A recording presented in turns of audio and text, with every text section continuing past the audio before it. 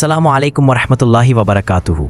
नाजरीन, आप देख रहे हैं स्कोप ट्रेंड्स, वो चैनल जहां हम तारीख के उन अजीम लम्हों को दरियाफ्त करते हैं जिन्होंने दुनिया का नक्शा बदल दिया, सल्तनतों को गिराया और नई तहजीबों को जन्म दिया।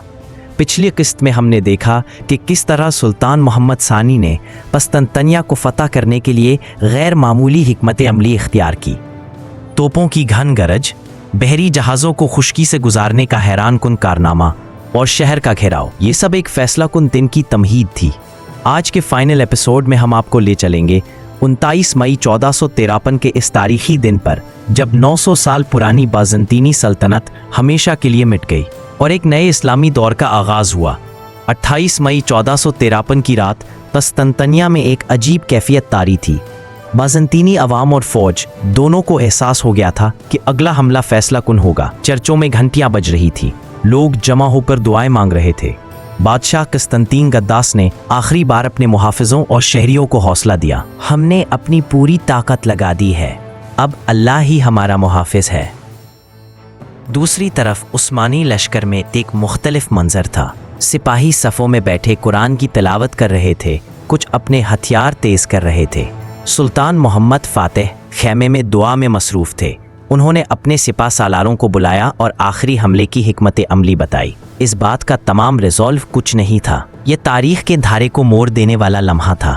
फजर से कुछ पहले ही उस्मानी तोपें गरजने लगीं, वही तोपें जिन्हें ऑर्बन नामी माहिर तोपची ने तैयार किया था और जिनकी ताकत ने दुनिया को हैरान कर दिया था। उन तोपों ने मुसलसल किले की दीवारों को निशाना बनाया, ख़ास तौर पर मिसोते नामी मरकज़ी दीवार को। सुल्तान ने अपनी फ़ौज को 3 लहरों में तकसीम किया था। एक, पहली लहर कम तजर्बाकार दस्ते जिनका काम था बाज़ंतीनी दिफा को थकाना। 2, दूसरी लहर मुनज़्ज़म यूनिट जो तोपों से बने शिगाफों को बढ़ाने और दुश्मन को दबाने के लिए थी।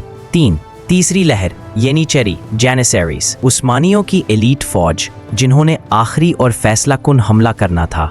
जब पहली लहर ने हमला किया, बाज़ंतीनी मुहाफिजों ने ज़बरदस्त मज़ाहमत की। तीरों, पत्थरों और अबलेते तेल से उन्होंने हमला आवरों को रोकने की कोशिश की। कई उस्मानी सिपाही मारे गए, लेकिन उन्होंने बाज़ंतीनी मुहाफिजों को सख्त मसरूफ़ कर दिया।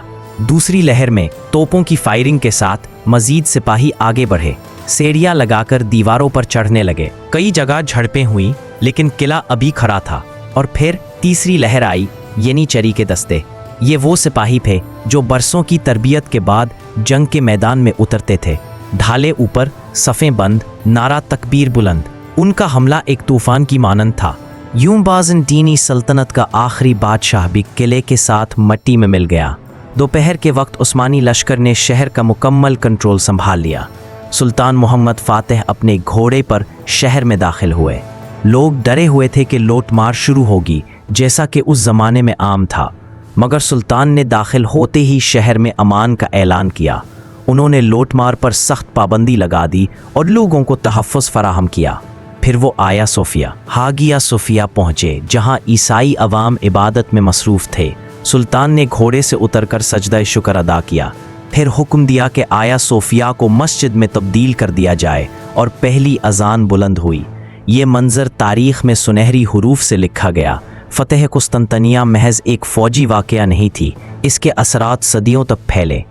बाज़ंतीनी सल्तनत का इख्तिताम।